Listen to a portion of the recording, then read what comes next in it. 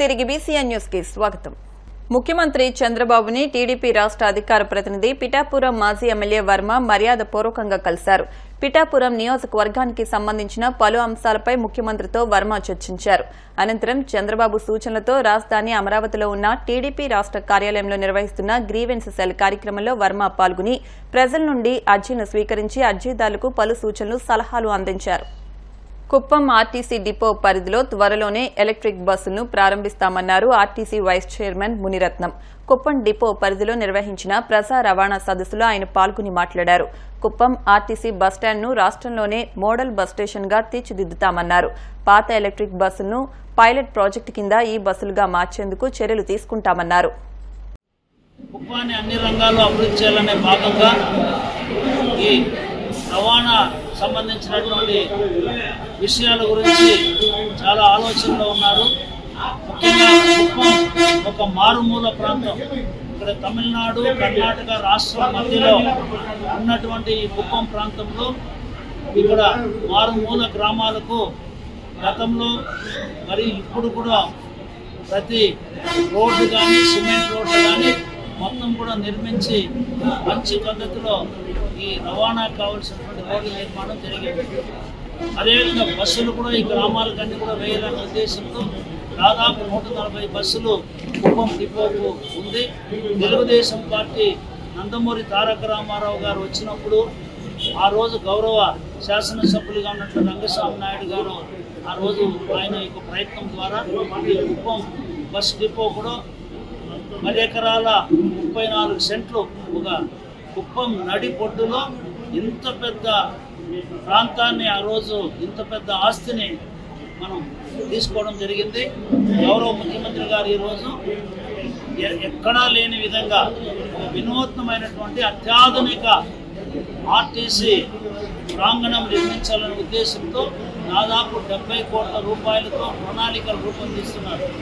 ఇక్కడ మొత్తం కూడా ఏదైతే మన మిత్రులందరూ సదస్సులో చెప్పారో ఇక్కడ బస్ స్టేషన్ కానీ అదేవిధంగా ఇక్కడ ఉన్నటువంటి ప్లాట్ఫామ్స్ కానీ రెస్టారెంట్స్ కానీ లేటెస్ట్గా రెస్టారెంట్స్ 2 రకాల రెస్టారెంట్స్ కూడా అదేవిధంగా ప్రయాణికులకు సంబంధించినటువంటి గార్మెంటరీ రెస్ట్ రూమ్స్ షాపింగ్ కాంప్లెక్స్లు ఒక మోడర్న్గా ఒక బ్యూటిఫుల్ సిటీలో ఏ విధంగా ఉంటుందో ఆ విధంగా నిర్మించడానికి ప్రణాళికలు కూడా తయారు చేశారు. తిరుమల శ్రీవారిని సినీ నటుడు విశ్వక్ సేన్ దర్శించుకున్నారు. శ్రీవారి మెట్టు మార్గం ద్వారా కాలినడకన తిరుమలకు చేరుకున్న విశ్వక్ ఉదయం వీఐపీ ప్రారంభ విరామ దర్శన సమయంలో స్వామివారి సేవలో పాల్గొని మొక్కులు చెల్లించుకున్నారు.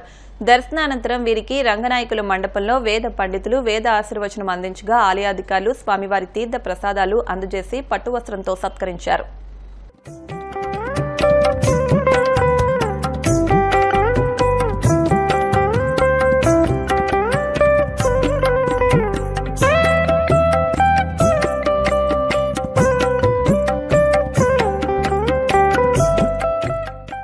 సంవత్సరంలో మూడో రిలీజ్ స్వామివారి సెంటిమెంట్ నిన్న శ్రీవారి మెట్లెక్కి వచ్చిండే చాలా అద్భుతమైన దర్శనం అయింది. స్వామివారిని గెలిచినప్పుడల్లా కోరికలు మర్చిపోతుంటారు. పుష్ప సినిమాలో జాలిరెడ్డి పాత్రతో మెప్పించిన కన్నడ యాక్టర్ ధనుంజయ ఇవాళ ఓ థియేటర్ ముందు అభిమానులతో కలిసి డాన్స్ చేశారు. కన్నడ స్టార్ హీరో శివరాజ్ కుమార్ నటించిన యాక్షన్ థ్రిల్లర్ నిన్న ప్రేక్షకుల ముందుకొచ్చింది. ఈ మూవీ స్క్రీనింగ్ సందర్భంగా బెంగళూరులోని నర్తకి థియేటర్ వద్ద ధనుంజయ అభిమానులతో కలిసి డాన్స్ చేశారు. దీనికి సంబంధించిన వీడియో ఇప్పుడు నెట్టింటా వైరల్ అవుతోంది. వార్తలు ముగించే ముందు ముఖ్యాంశాలు మరొకసారి. మంత్రి నారా లోకేష్ సమక్షంలో ఐఐటీ మద్రాస్తో ఏపీ ప్రభుత్వం కీలక ఒప్పందాలు. అధునాతన సాంకేతికతను అందిపుచ్చుకోవడమే లక్ష్యంగా ముందడుగు.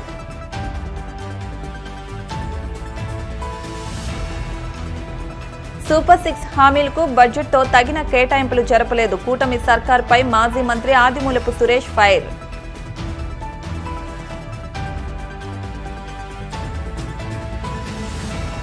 వేమడోలు మండలంలో ఏలూరు జిల్లా veterinary JD doctor G Nehrubabu పర్యటన. నిర్దేశిత గడువులోగా పసుగణన పూర్తి చేయాలని సిబ్బందికి సూచన.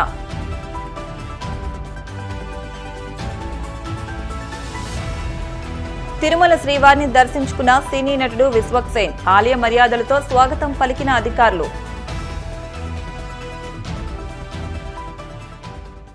ఈ వార్తలు ఇంతటితో సమాప్తం. మరిన్ని వార్తల కోసం BCN digital YouTube channel, Facebook page follow అవ్వండి. అప్డేట్ వార్తల కోసం ప్లీజ్ సబ్స్క్రైబ్.